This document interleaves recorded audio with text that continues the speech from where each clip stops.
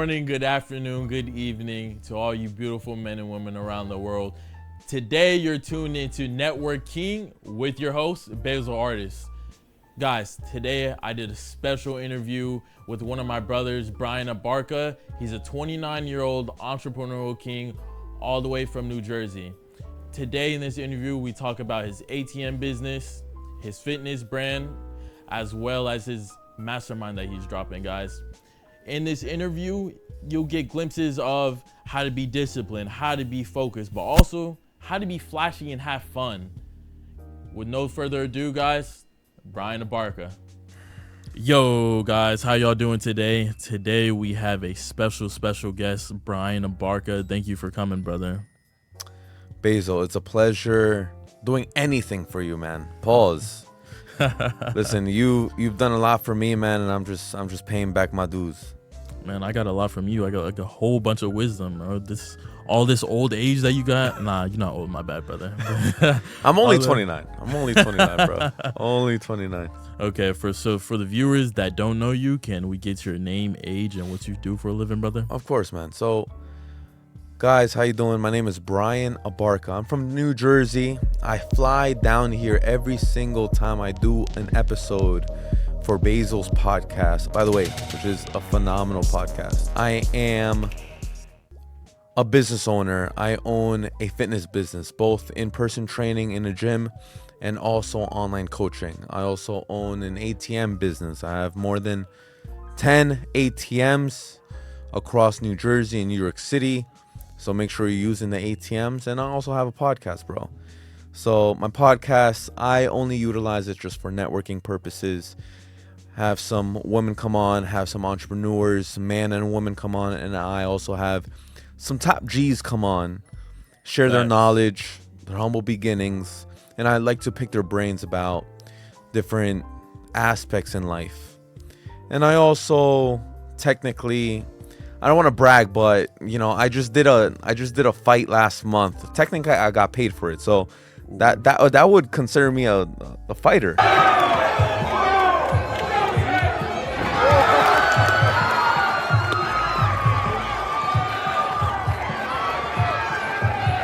Yeah, right? you're I'm a fighter I'm now. Technically it was a fighter. Professional or an amateur fight? No, I'm an amateur fight, but I got paid. You got paid for an amateur fight? I got paid for an amateur shit, fight, damn. bro. Yeah, See, my skills got that big were clout. there, bro. Everyone in New Jersey know him. Yeah, dude. So yeah, man. I mean, everybody in New Jersey know me as the booty doctor, as a trainer, and as a fighter, they know me as El Tiburon. How do you say that? El Tiburon? How do I? El T Bu Ron. Ron. That means a shark in Spanish. That's dope. Yeah. So I got that from my grandfather. I got that from my grandfather, bro. What did your grandfather do that he got that name? So my grandfather, he unfortunately is not with us anymore. He passed away during COVID at 96 years old. Unfortunately, he died by himself in the hospital. Very lonely, very dreadful. However, putting some positive light into him, he was an entrepreneur back in Peru. He got the name El Tiburon by being a professional wrestler in Peru. So think about like WWF, but like in Spanish. So he was doing the professional wrestling in So he's doing that like, damn, what is it called in Peru? Like in Mexico, what do they call it? Nacho Lucha Libre? I said nacho. Yo, that's the movie with Jack Black. But yeah, it was basically Nacho Libre. It's called what? Lucha Libre. Yo, damn, they're gonna clown me for saying that. Lucha Libre. Okay, so my old man, he wasn't Jack Black, but he was fit, bro. he was good. So yeah, man. So he did that. He owned the store. He was very known in his community as a giver for all the homeless and things like that. So he was a legend, bro. He was an entrepreneur there. And whenever I go down there, they know me as the grandchild there, because he basically raised me back in Peru along with my grandmother. Yeah, I feel like you and me had this conversation before that you were raised there for 9 years? No, bro. So I was born here in the United States. Mm-hmm. However, I was raised in Peru until I was 5 years old. 5, okay. And then up until 5, I was sent back to the United States just to start pre-K, kindergarten, etc. So actually my first language was actually Spanish. But yeah, like my mother, she was a single mom. She had my sister, then she had me. We have different fathers, and since she was a single mom, she had to do more than 2 or 3 jobs, like any single mom does in 2023. And I was raised by my grandparents. My grandparents raised me until I was 4 or 5 years old. Okay. So out of all your businesses, which one is your favorite? Obviously my fitness. My fitness business is my favorite because I get to leave a mark in the world. So my goal in my business is to have each client become independent from me. So I want to educate them as much as I can, share my knowledge so that one day they could be like, you know what, I graduated the Booty Doctor Academy and now I could carry on for myself. So nothing makes me prouder than when I end up stumbling in the gym and I see a previous client that I used to train 3 or 5 years ago, and they're doing their thing. They're like, oh my God, Brian, what's going on? So like we end up catching up, and it's the coolest thing. So what's great is just that I end up helping them become independent. They end up carrying the knowledge that I taught them, and they hopefully end up just, staying fit, keeping the booty I gave them. Most of my clients are women. Some are men. I train boxing as well. But yeah, that's pretty much it, bro. How did you get into that? For someone that's maybe watching that wants to get into that industry also. Yeah, that's a good question, Basil. So just like any origin story for any man, start with a broken heart, bro. My broken heart? Yo, some bitch broke my heart. Fuck that bitch. Stupid bitch. So listen, I've never said her name. I'm not gonna say her last name because I'm not gonna. Don't do it like that. Yeah, I'm not gonna say her last name, but her name was Ashley. Okay, and this is the Brandy's talking. This is not me. Anyway, so Ashley. Do some research now, man. Yeah, Ashley. She broke my heart. Listen, I loved her to death. I lost my virginity to her back in high school. Whoa. It was one of those, bro. Hold on, let me ask you a question. Did you cheat on her? I probably did. Low key, I probably did. But that's not the reason why we broke up. The reason why we broke up, it was so insignificant. I don't even remember why. I think we had an argument about, I don't know, me getting caught in her closet by her mother after we fucked. But that's a different story. That's a funny story. Wait. No, we can't just run. We can't just run past that. What happened? All right, so I would always clap cheeks at her house. Yeah, okay? Word. So me as a committed boyfriend, I will take the New Jersey Transit to Lyndhurst, which is 20 minutes away from Clifton, which is decently far away from my house. I will take the bus. I will pay $5 for pussy. Go there, fuck her a few rounds because I was young. And then you gotta get your $5 worth. Yeah, bro, that ass, bro. And then I would come back like around 12 a.m. before all the buses end up, stop running. But there was this one day where we end up skipping. Did we skip school? I think we end up skipping school. I ended up coming over. We clapped cheeks. It was great. It was one of those where the girls just fresh out of the shower. She's clean. You gotta stop saying we clap cheeks. You clap cheeks. Oh, you're right. That was my bad. It's the Brandy talking. So I'm clapping cheeks. So I bust a few nuts because I go for a few rounds, ladies. And you know what's crazy? I end up going to the bathroom. And for some reason, I think I ended up taking a shower after the 3rd or 4th round. I don't remember. And I take off my necklace that my grandmother gives me. And I put it on the bathroom sink. I go upstairs. We go for a 5th round because I'm a fucking G. And then all of a sudden, we hear the door open up from downstairs. And we're like, all right, it's a typical fucking weekday. It's 3 p.m. They'll come up. I'll probably just like hop off the window, jump off the roof. Like regularly, I would always do that. Just jump off a roof? Yeah, they call me fucking Spider-Man. So how many like, stories was it? no, it was a 2-story. It was nothing. My niece could take it. I was a shit, soccer two player. 2 stories. Yeah, Shit. That's light, right? Yeah, it's light work. So I would literally just hop off like each roof from her building and then just like land on the floor and then just bounce, take the bus, because I was brokey. So long story short, I'm assuming that the mom sees my chain, and for some reason, she just assumes that there's some nigga just clapping her daughter's cheeks, which was true, but like, I don't know how the fuck she knew. You know, like maybe she lived through that back in the day. It's the woman intuition. Bro, she went upstairs. She starts like literally pounding the door. And this bitch, Ashley, she's sucking my dick because I'm ready for round 6 because I'm a fucking G. Real shit. She's literally like sucking my dick, and she's like, "Oh shit, hold on, mom." Like, how do you fucking say hold on when she's literally, and her mom is like screaming like, "Who's in there?" Bah, bah, bah, bah, bah, bah. And I'm like, "Oh shit!" I'm like, "Bitch, give me my dick."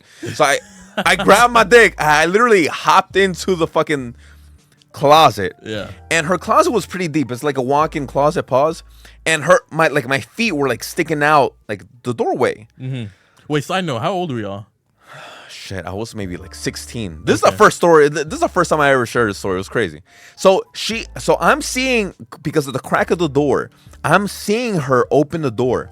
So I see Ashley open the door. Her mom is literally swinging. Yo, she literally slips like a fucking G, like a Mayweather. And then she rolls, and then she just sprints down the stairs, and she leaves me with her fucking mom in the second floor. I'm like, fuck. Oh, her mom didn't even chase her or nothing. Nah. She started searching. Yo, she starts searching. She's looking around. She's having an asthma attack. I see her. I feel her breathing. And I'm like, fuck me. My feet are sticking out. God damn. She opens the door. She's like, get the fuck up. I was like, oh shit. Yeah, so, the closet's like the most likely place to go. I know. But like, there was no room under the bed. There was no room under the mirror, like behind the mirror, whatever. So I get up. You know, I'm like a fucking 15-year-old kid. Yo, bro, I'm 120. I'm Peruvian, so I have a big ass head. You know, she grabs me by the fucking shirt, and she's like, if I see you anywhere by my daughter or inside my house again, I will fucking kill you. Do you understand me? And I was like, yes, ma'am. She lets me go. She's like, get the fuck out of my house. I was like, God damn, I'm sorry. So I put my pants up because my boxers were up and my pants were down. So I end up going down the stairs. Her stepfather was there by the door. I'm like, Señor, ¿cómo estás? He ignores me. So I end up leaving. Yeah, he doesn't. And then Ashley's like on her phone with her sister, I guess. She's like, hey, you know, my mom's about to go crazy. She ignores me. I'm like, all right, fuck this bitch. She's just trying to survive. I don't blame her. Wait, did you get your necklace back? Huh? You got your necklace back though, right? I don't think so. Damn, you never got it back from your grandma? I don't remember. I would have raised hell. I'm like, yeah, I don't think so. I need that shit back. I don't think so. It was silver. It wasn't gold. You know, I don't know. Whatever. So I ended up taking the bus and I ended up going home, and that was just downhill from the relationship, man. And then ever since then, bro, I was heartbroken. You know, just to answer your question, how I got into fitness, I was heartbroken because she ended up breaking up with me because there was that situation with her mom and there was no long-term relationship, etc.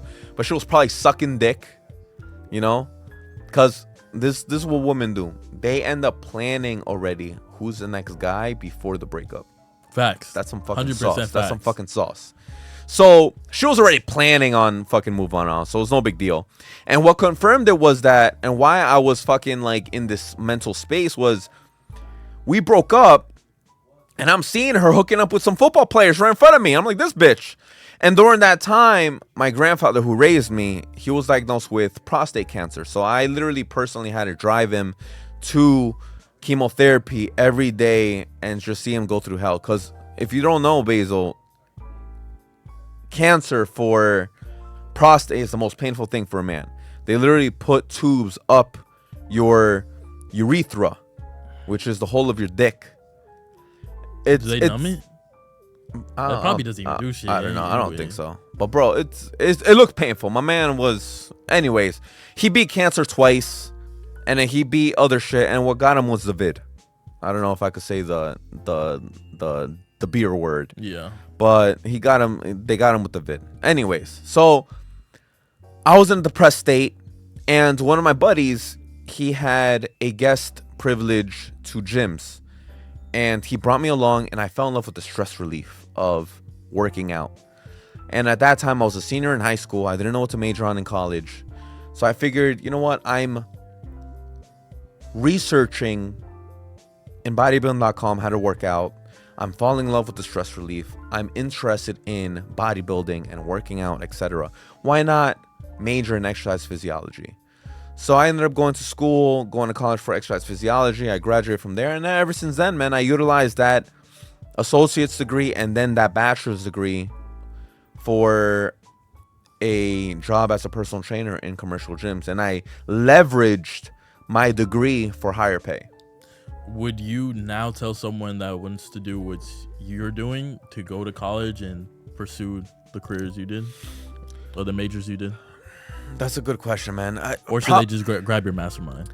Probably not, man. And I like that plug-in with the mastermind. So my mastermind that's going to be released within the next 4 weeks is all about trainers who are at a commercial gym or who want to become a trainer and do not know where to start.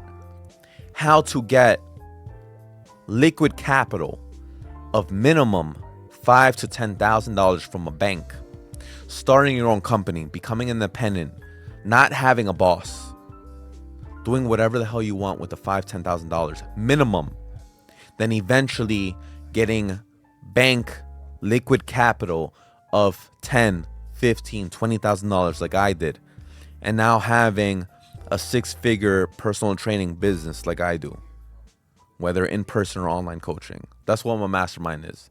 However, to answer your question, I do not, at this point, because I went to school, I'm an old man, I'm 29.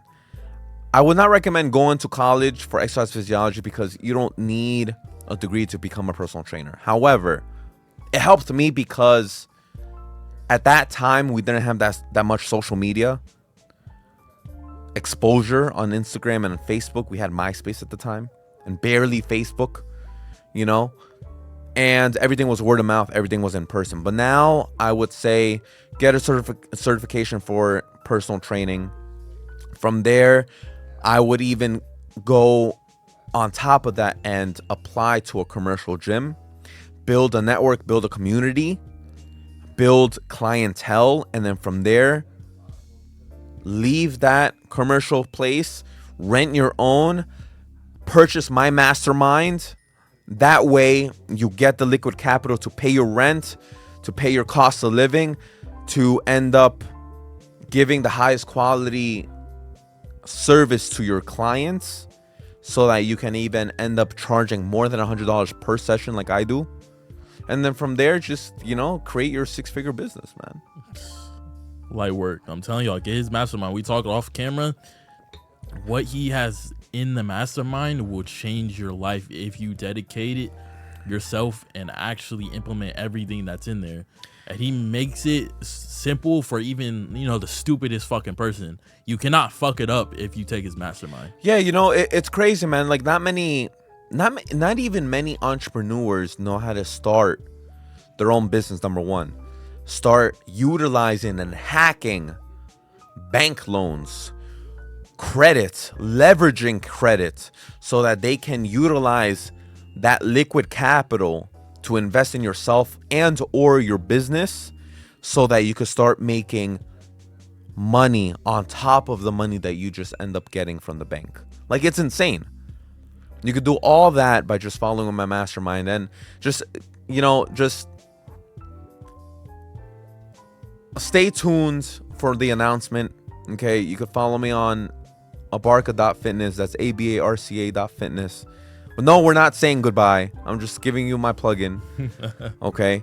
And then you could also follow my personal page, the Brian Barca, which is a little bit more of my lifestyle, my you know, my fighting lifestyle, my car lifestyle.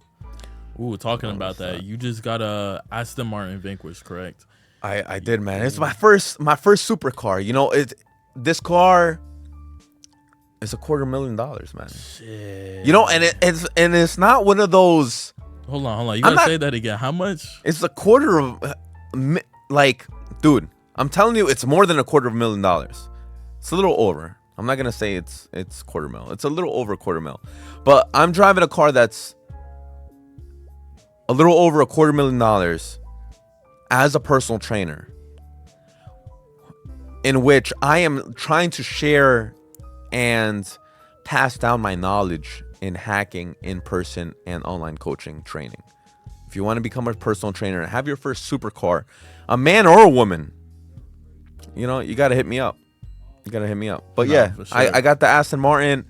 You know, it's What a made beautiful you choose car. the Aston Martin and not anything else? You know, Basil, that's a good question. So I chose the Aston Martin because, shout out to Exotic Car Hacks. I was speaking to PJ.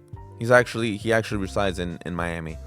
And he was telling me, what's your goal in purchasing your first supercar?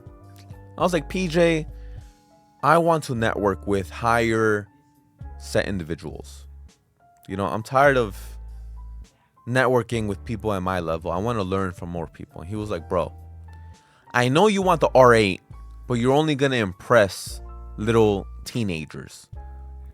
I know you want a Mercedes GT, but you're only going to impress the doctors. What you need is a car that's going to impress the millionaires and the billionaires. And that is a Mercedes AMG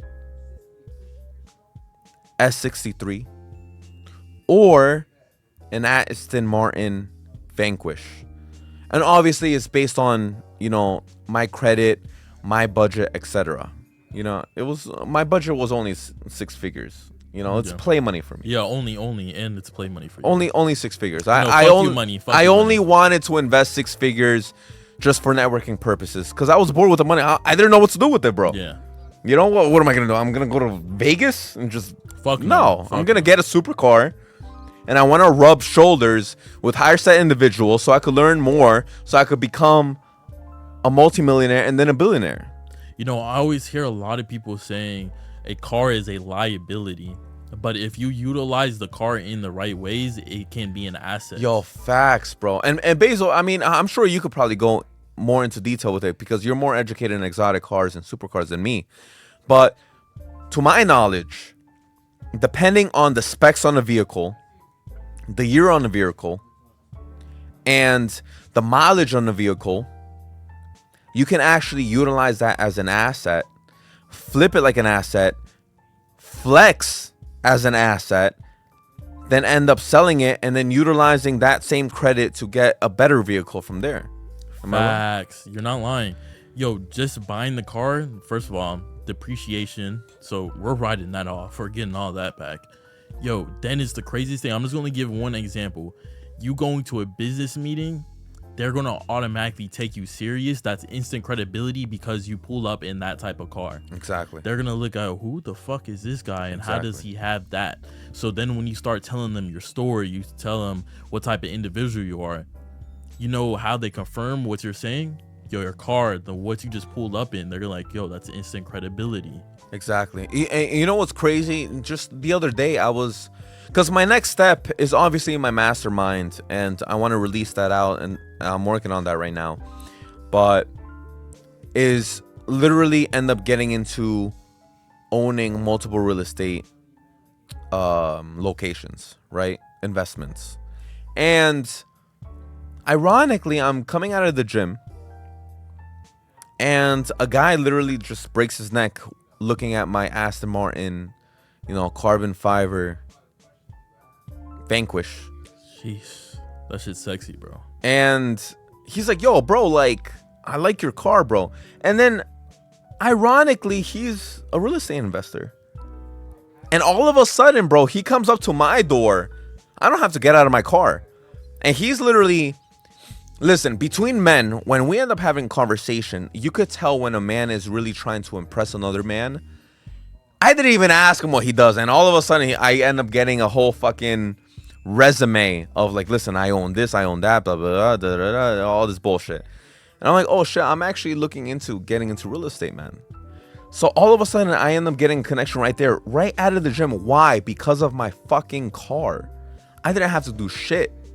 I didn't have to bump into this man. I didn't have to say hi. I didn't have to honk. You know, so as a man, if you own specific assets that can really impress another individual, you can really connect with that person. And obviously, if you could communicate well, then, you know, you're golden, bro. Yo, communication is huge, huge, huge, huge. What do you think puts you on that level of communication and being able to network with these type of individuals? Because yes, you might be able to get them to come up to you, but what is keeping them staying? Like, oh, that's Brian. That, like, they're gonna remember you for this. Oh shit, man. That's Basil. That's a good question, man. You might just stomp me. You know, being genuine, I think that's one thing, because it's very easy to become starstruck after you hear their resume, after they share what they do, and then all of a sudden these type of individuals can sniff and smell bullshit. So all of a sudden, if you're trying to flex on top of them, you don't want that. You know, you don't want to do that. You want to be genuine. You're just like, oh yeah, you know, like, I own XYZ. I own XYZ business. I do this. I do that. But yeah, but the whole hack when you end up networking with someone at your level or even higher than you is to ask questions and make them feel important. Why? So that they can continue sharing their story and you can learn from them, number one. And number two, what person does not like to talk about themselves? Like that. This is why I'm in this interview. Basil, you asked me, yo, Brian, like, I need you to talk about yourself, you know, and like, I'm not gonna be like, oh God, okay. I'm like, yeah, sure, bro. Like, this is fucking crisp for me. Like, no problem. I love to share my story. You know what I'm saying? Like, so any higher end individual would love to share stories and love to pass down knowledge, so that it's just like this, like, it's like a gratification. It's a gratification. It's like this masculine orgasm when, like, pause, another man ends up just saying, yo, bro, I end up learning from Brian Barca because he quoted XYZ, or he said XYZ, or he told me to do XYZ and I did XYZ. I'm like, I fucking did tell him that. You know what I'm saying? Like, all we want to do is just, you want to get your, we want to pass down knowledge and wisdom and experience. You know what I'm saying? That's what we want to do as men. You know, so I mean, like, that's, at the end of the day, that's what we want to do. So when you end up communicating and networking with higher set individuals, that's what you want to do. You want to end up kind of just like putting the focal point on them, especially if, I'm gonna give you some more sauce, if there's multiple individuals inside this realm or this meeting, you want to put them on a pedestal. It's not kissing ass, guys, but it's, you know, for example, just a few minutes ago, we were talking with 6 or 7 other guys here. And obviously, Basil was being humble, but I ended up putting Basil on a pedestal. I was like, yo, bro, I would not be where I'm at right now without Basil, which is literally facts. I don't have to share that with anyone, but I had to share it so that his status could go up, so that when all these other individuals end up talking to him, they're looking at him up, and then he's sharing his experience and his knowledge. And then nonchalantly, what happens, Basil? One of my friends end up asking you questions, and all of a sudden, I end up ironically just getting you $13,000 as by what? Just a fucking referral? No, he did. By literally just fucking talking you up, bro. That's literally what I just gave him. He did. He basically gave me. I literally just gave him $13,000 by what? Right. Just talking him up. Yo, this guy's a G. He had to say one sentence. Gave me $13,000. That's literally what you have to do. That's literally what, dude. I'm not, bro. I didn't even set that shit up. Like, I was, I literally said what I said. All of a sudden, one of my boys was just like, yo, bro, hedge funds, XYZ, blah, blah, blah. Oh, yeah. You know what? For as a referral, here's $13,000. Connect me with your boy. Boom. I literally just gave my man $13,000. Simple. That's all it is. I think in this generation, a lot of people lack the knowledge to articulate themselves and be able to build a connection with these type of individuals. I think now that social media, our cell phones, internet is a thing. People are scared to even have conversations with other individuals. I've seen one of my boys actually have a networking course teaching people how to speak to someone. Everyone wants to do this, find a way to simplify a problem online. They don't want to talk to someone. So I think now we're at a point, if you know how to talk and speak and have a articulate conversation with someone, you're going to put yourself on a pedestal above everyone else. Would you agree to that? Yeah, man, I would completely agree to that. And I would even add another layer and say that if you don't communicate well enough, not only with the same sex, but even the other sex, you're never going to succeed in life, especially now, man. Because nowadays, everything's digital. Everything is through social media. Yeah, you could say what you got to say with your DM. Say, hey, where you're from. Hey, gorgeous, blah, blah, blah, whatever. But literally, if you get lucky and you end up going on a first date with this woman, and then you can't even fucking speak properly, clearly, and even be direct and say, listen, I want to fuck you. Not like this, but as a gentleman. Like, you're never going to close deals, number one. Number two, you're never going to close deals in sales at any type of business. And then number three, you're never going to network with other higher set individuals because you cannot communicate. So communication is extremely important. Read the room. Make sure you adapt to your different surroundings. Like, listen, I'm Brian right now, and I'm not being fake, but I'm adapting to my environment. I'm Brian right now. However, if I end up going to, let's say, a get-together, a lounge with a bunch of Caucasians, I'm going to start behaving like a white boy because I am adapting to my environment. Yes. I'm going to start speaking properly. I'm not going to speak like I'm from Patterson, which I am, from the ghetto. If I end up hanging out with people that are African American, maybe a little bit of Patterson is going to come out because then I could kind of relate to them. Mm-hmm. Let's say, for example, if I end up speaking to a demographic that's a little older, I'm going to speak with a higher set vocabulary instead of 5th grade English. I'm going to make sure that I am articulating my words properly. So you need to make sure you're adapting to your surroundings and being perspicacious about your environment.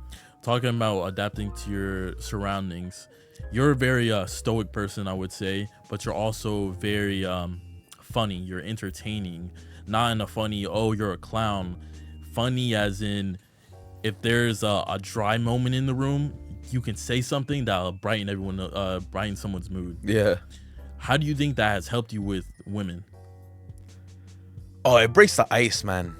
It really breaks the ice. That's a good question. So what I try to do is, people tell me that I have this aura about myself that people become comfortable with me even when they first meet me in the first few minutes. And it's just practice putting myself out there, putting myself in situations where I literally need to network. Like, there's been times, bro, that I've gone on vacation by myself just to force myself out of my comfort zone. Like, I've gone on vacation by myself for my birthday, randomly throughout the year, to fuck. Like, literally, like, I've gone on vacation by myself purposely so I could practice these things. I'm gonna tell you one thing. So I remember my first vacation where I went to myself. I went to Cancun. Ooh. Yeah, the first thing you're gonna think is like, all right, it's pretty easy to pick up girls there. But the first thing you're gonna actually think about before you end up going to the club and start picking up girls is literally you start thinking about it. You're gonna go to the hotel, to the resort. Then what you're gonna do? You're gonna get stumped. Okay? So what I did was when I went there, I was like, all right, fuck, I'm really doing this. The hardest thing was to buy the ticket, by the way. That was the hardest thing. Once I bought the ticket, I was like, fuck it, I guess I'm doing it. So what I did was I dropped my bags inside my room, and I was like, you know what? Let me go to the pool, stand next to the bar, and obviously people are going to be coming up to the bar. I'm just going to introduce myself and take shots with everybody. Literally everybody. So that's exactly what I did. I went to the pool party. Everybody was just going to the bar, getting shots, getting drinks, whatever, and then leaving. I would literally introduce myself with every single person. I'm like, hey, man, you know, like I'm by myself. Hey, honey, how you doing? I'm literally by myself. Let's take a shot. I just want to kind of just meet everybody. What's your name? Da-da-da. What do you do? Where are you from? Da-da-da. They're from Canada. They're from this. They're from that. They're from Europe. Oh, I'm from Jersey. Oh, you're from the hood? Yes. So, you know, whatever. Like, you just start picking, and then you end up just taking shots with them. And then you just network like that. You just start conversation like that. I kid you not, within 12 hours, I end up the next day going to the buffet for breakfast, and I feel like I'm the popular kid in high school. You know how like you go to a cafeteria and then everybody's literally asking you to kind of sit with them, what you're gonna do? Bro, that was me. I'm by myself in Cancun in a different country. I'm inside the buffet. And they're like, yo, Brian, you know, are we down for tonight? Yes, yeah. We're gonna hit La Vaquita. We're gonna hit the club. Blah, blah, blah. Yo, bro, are we down for lunch? Yeah, bro, we're gonna go for down. Bro, I'm getting the whole crew of the Canadians, the whole crew of Germans. Bro, everybody, Uruguayans, everybody's telling me, all right, we're gonna do this, we're gonna do that. You know, it's literally little things like that where you just kind of like start practicing how to share your story. You know, you're almost like, you know, it's funny. I have a girl, a shocker. And I always make fun of her because whenever we're in an elevator or whenever we are meeting someone, because she helps me out with my business. That's what you're supposed to do, by the way. That's some sauce. She always has an elevator pitch. Within 5 minutes, she will tell the other person that she's meeting literally what she does for a living. How does she do it?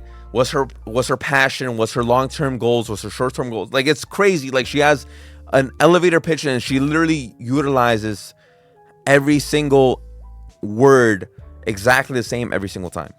And I make fun of her. But, like, you actually think about it. Whenever you network, it's basically the same thing.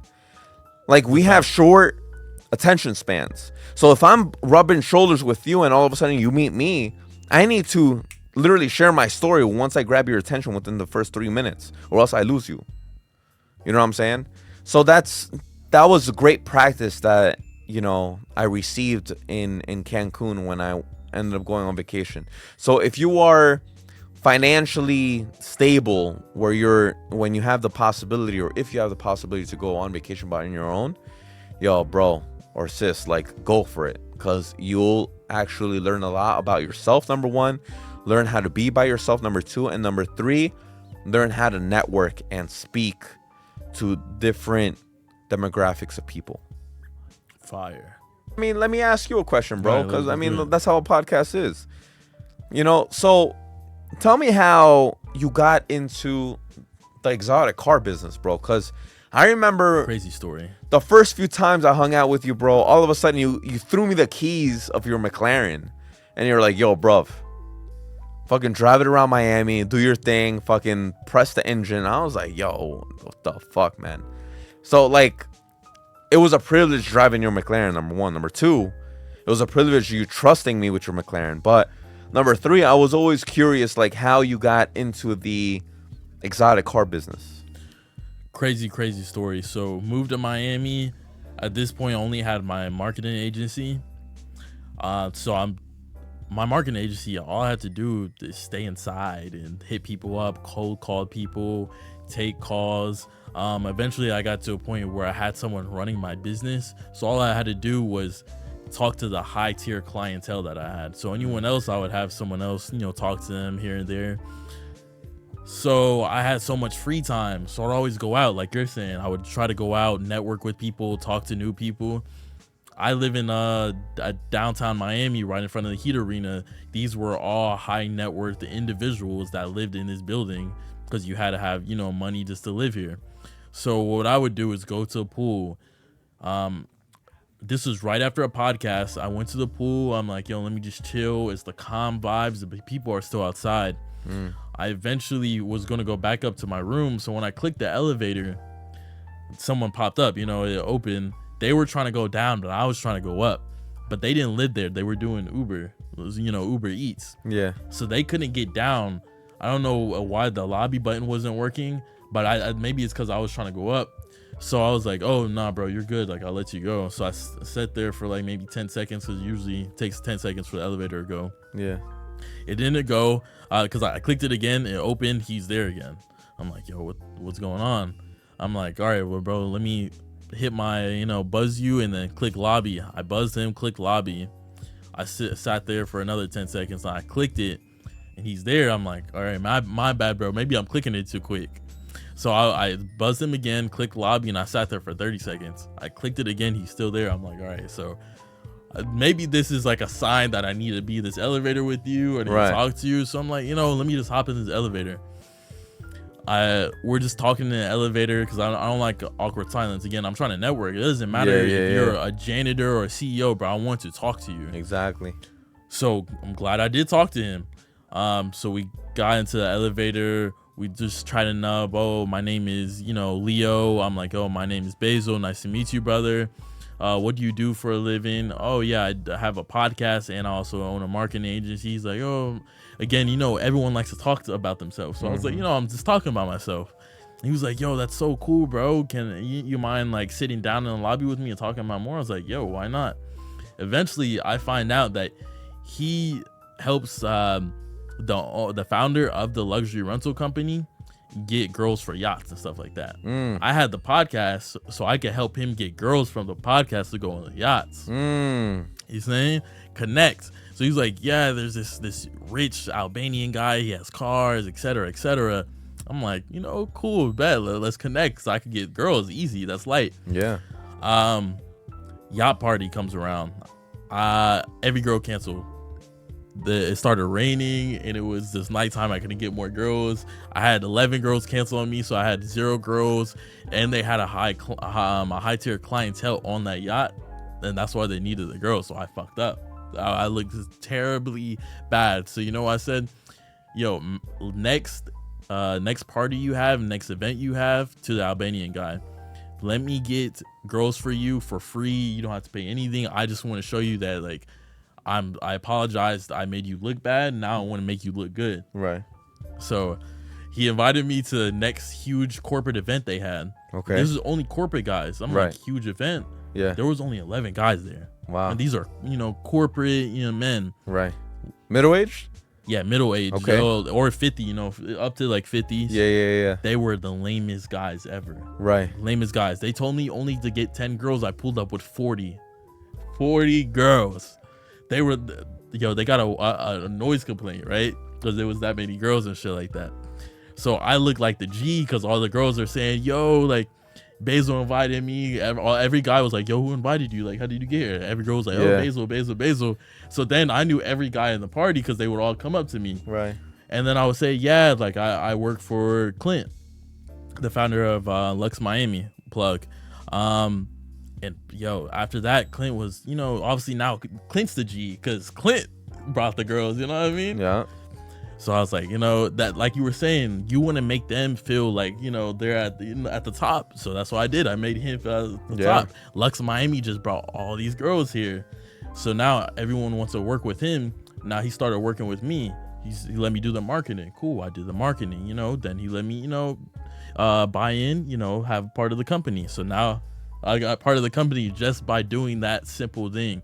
That I was providing him free value after I fucked up. Yeah. And he still paid me that night because obviously now he's the G of that night. So he's like, cool, I'm gonna do that. So that's how I got into, the luxury rental company. Crazy story, but shit happened. And now I enjoy it. You know what I'm saying? Now I do yachts, I do villas, now I do private jets. It's fun. I get to go to events, drive supercars. I'm 21 in Miami. Like, I get invited to events. I go out to clubs for free. It's amazing. Yeah, bro. I mean, what's insane is that, not many people, especially now, provide free value so that they can eventually kind of step up the ladder of success. You know, they feel entitled, saying, oh, you know what, I know my value, I'm gonna charge you XYZ because I don't have experience, I don't have a good resume. However, we're exchanging time and I want to exchange it for money, when you should be offering free value, so that us higher set individuals could just be like, you know what, this person gave me free value, or gave us free value. He is an asset and I cannot afford to lose him, so I'm going to pay him so we could keep him. Because then that asset ends up having leverage. That asset will say, hey Brian, I want XYZ. Oh, you can't do it? All right, I'll move on. However, if I depend on all the value and all the overvalue that he end up or she end up giving me, I'm gonna fucking bend over backwards to fucking keep that person. You know what I'm saying? And that's exactly what happened to you. Definitely, brother. You know, so That's I mean, the power of networking. you know, just providing free value, or even just connecting someone to someone else is something valuable. You know what I mean? That's insane. And now you're doing you said private jets? Yeah, private jets, brother. I got to that status, you know. Shit. Bro, talking to billionaires. Billionaires. Bro, I at least talk to a billionaire every 3 months, you know. I'm 21. I just want to remind you, I'm 21 talking to billionaires every 3 months like it's casual, you know, talk. Like I'm not talking about no crazy shit. Matter of fact, one billionaire put me on the craziest type of game. He said, yo, I don't walk around with cash. He said, come here. Went to the Cullinan because we were renting a Cullinan to him. He opened the trunk. He opened the briefcase. Pokemon cards worth 13 million. $13 million of Pokemon cards. He said, that's my cash. I'm like, the fuck? He was like, yeah, bro, like I can't get taxed on this. And guess what? All us rich guys love having some type of collection. Yeah. Having, you know, some type of something that's fun on the side. So this is our type of, you know, this is our money. I'm That's like, insane. How old is he? This kid was like a 24-year-old actually. Shit. 24-year-old. I'm like, that. hold on. How you that's the next question. I was like, how you a billionaire? He said, so my dad, damn, I don't know if I should say this story. It's fucking, I'm unfiltered. It's fucking. Hopefully don't go bad. So they create every fucking casket in the world. Casket? Like any funeral, you know, casket Yeah, for yeah, funerals. yeah. Every casket is under there. You know how like companies will be under another. Right. They are the main manufacturer of all like caskets. Wow. I'm like, what? He's like, yeah. Like, so when it doesn't matter what company, they all come to us. I'm like, oh, so that's how you. And he's like, yeah. So my dad lets me run the company. I'm like, oh shit, okay. That's crazy, dude. You're up. He's like, yeah, I'm about to go to a business meeting. And one of the guys there is like Pokemon cards. So you know, my dad said give him 13 million Pokemon cards. Yo, you know what's crazy? I was just having this conversation with Alex downstairs, and I was talking about how I ended up stumbling upon something I love doing, which is fitness, personal training. Mm-hmm. You know, like that's something I love doing and working as. However, I'm trading time for money, so I ended up looking elsewhere, different avenues for income. Like I ended up transitioning into online coaching. I ended up transitioning into ATMs. I'm transitioning into masterminds. I'm transitioning into real estate now. So what's insane is that like it's not the fact that you want to do what you love, because that's some Cinderella bullshit that women will end up pushing. Like women have the privilege to do that, and that's not a knock to them. Like, you know, if they want to change the world and teach the younger generation, like, you know, little kids, like for example teachers, that's great, that's amazing. But us men, we can't really do that because that does not pay as much. So we need to find what we're really good at by trying and doing different things, finding out what we're really good at, and then trying to mass produce that item. So I found that I'm really good at personal training, and I love personal training. However, I do not love, let's say, ATMs. I'm sure that billionaire does not love caskets. When he touched a casket, he did not fall in love with the fucking wood. Fact. He felt, I'm sure his father ended up finding out, people die every day. Maybe I could start a business about people dying. Shit. Like, it is what it is. Like, it's, like, you need to expose, little holes in the system where, like, maybe you could just profit off of it. And he profited off of caskets. I'm sure he doesn't love wood. He doesn't love caskets. He doesn't love death. But everybody deals with it. So he could expose that. Now, I exposed fitness because I'm a specialist in booty building. Every girl wants to build a booty. I also expose the fact that everybody wants to lose fat. Everybody wants to tone, which is technically fat loss. Now more than 50% of men and women are obese. Who doesn't want to fucking lose fat? I'm exposing, a negative there in the world. What is your biggest obstacle? What has been your biggest obstacle? And what would you have done differently? What, in my business? Yeah. In fitness, my biggest obstacle, I think the easy answer would be COVID. Oh, I mean the vid. I'm sorry, the vid. I think the vid. I'm not monetized anyways. I think the vid was the biggest obstacle because it was a lot of uncertainty, and that this was around the time where I decided to go online. Online coaching. Mm-hmm. I wasn't really an advocate or a fan of online coaching because I always thought, every person is gonna want someone with them in person. No one could be accountable, and it was just a lack of my knowledge, and I wasn't educated. There's different ways to make someone accountable through online coaching or through an app. So I have a lot of incentives to keep my clients accountable. But going back to your question, I was never a huge fan or an advocate to it. But with COVID, I realized, I was like, you know what? The world is getting digital.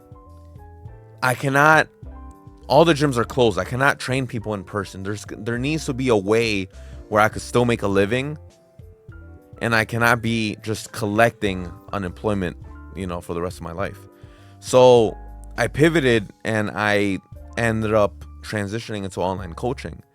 And online coaching, with a lot of trial and error, I ended up coming up with different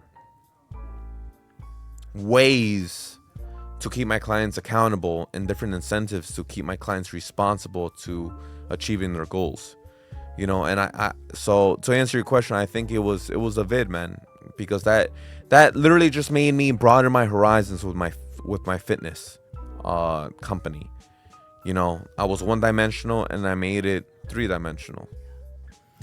Brian, thank you for being here. Do you have any closing statements for any men or women that might be watching this? Oh, guys, Basil, it was a pleasure. No, wait, hold on. Number one, before I put my plugs in, man. Listen, I always come here with gifts, man. This is a special gift for you. Appreciate you, brother. All right. Should I open it up? Yeah, open it up. We're on camera, bro. Why not? So I end up giving you,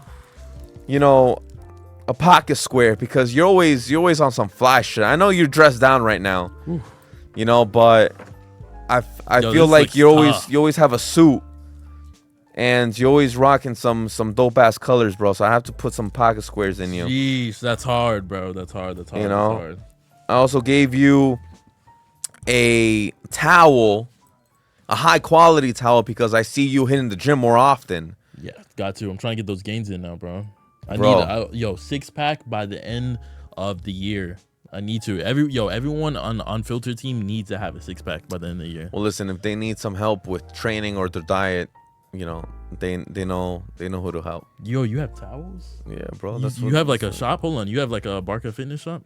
I do not, man. I do not. You know what I do? I end up giving out my merch to only my clients, and that's my marketing. But I'm starting to realize that I'm having a lot of fans that are requesting merch. So shit, me, bro. That's good. That's gonna be maybe an add-on that, if I find the time between, my mastermind and and networking with my Aston Martin, bro. Like I have a lot of things on my table, bro. You know what I'm So I saying? got the Aston Martin shit. I'm outside now. I'm outside. Bro, all I'm trying to do is just network, just go on the clubs, go out to restaurants, 5-star restaurants, go out to lounges, and really just, you know, rub elbows with the higher ends, bro. Be honest, is it a low key, you know, flex though? You know what I mean? You hop out that shit and you're like, Bro, fuck, I'm not gonna lie, man.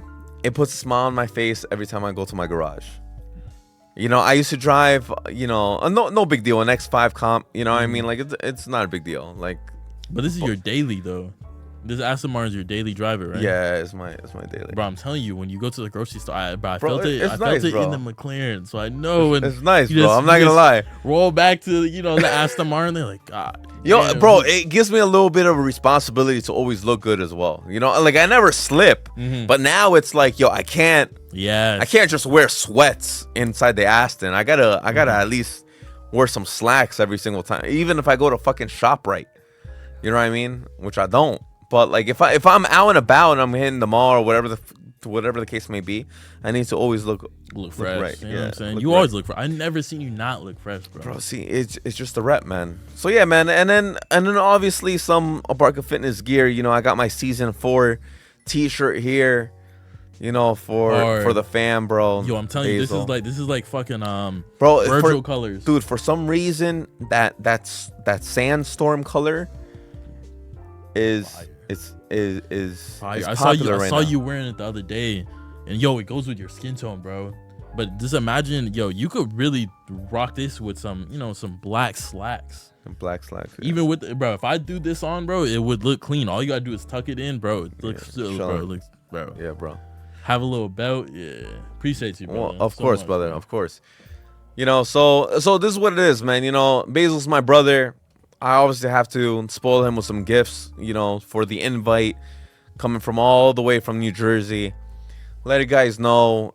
Follow me on the Brian Barca. That's my Instagram tag for my personal, my lifestyle, fighting, cars, changing lives, etc.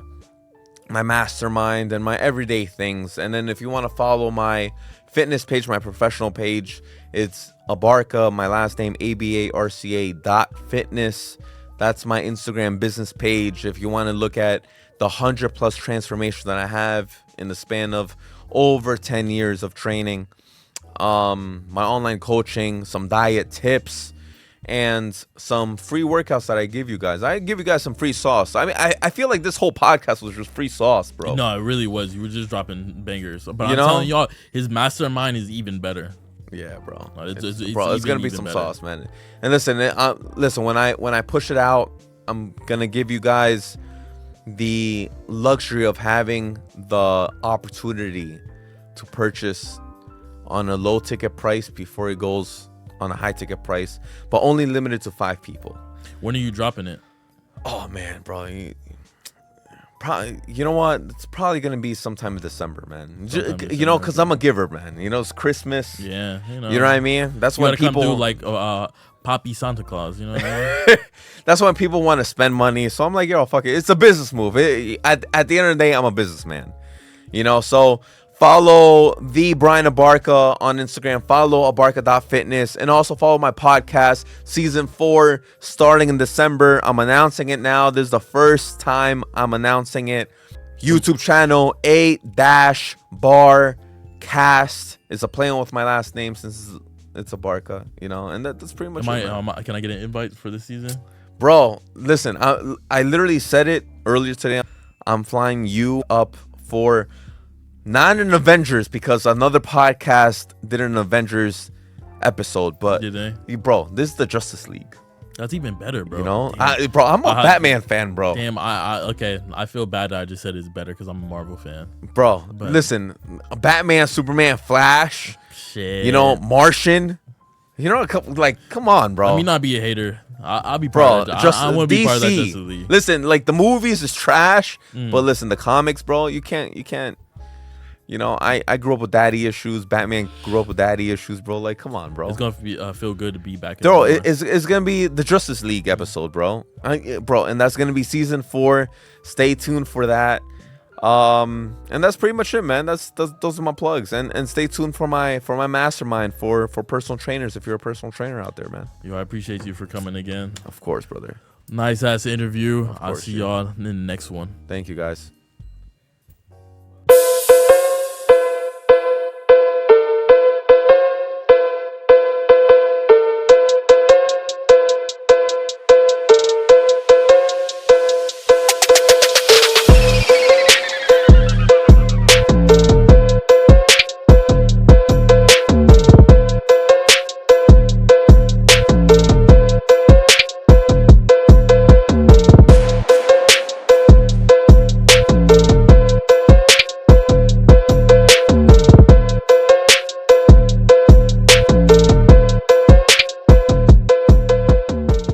If you're the smartest person in the room, you got an issue. You know what I mean? You hang around a bunch of dumb people then. You know what I mean? Like, I don't want to be the smartest people in the person in the room. I don't mind being around people that can speak better than me.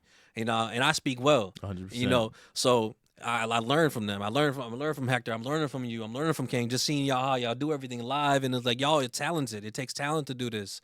You know what I'm saying? Like, it's easy to be in a camera, and you know when you're just by yourself and there's no pressure or nothing like that, and you can edit out mistakes and all that. You know what I'm saying? It's easy to do that. To be live and to have people like really sitting there critiquing what you're saying, that takes talent. And to speak fluently, consistently, and not run out of stuff to say, that takes talent. So I salute to y'all, and I've learned from y'all just in the short little 2 days that I've been with you. Thank you, brother. Thank you, brother. So going back to my question, I'll make it a little more short. What do you think is better?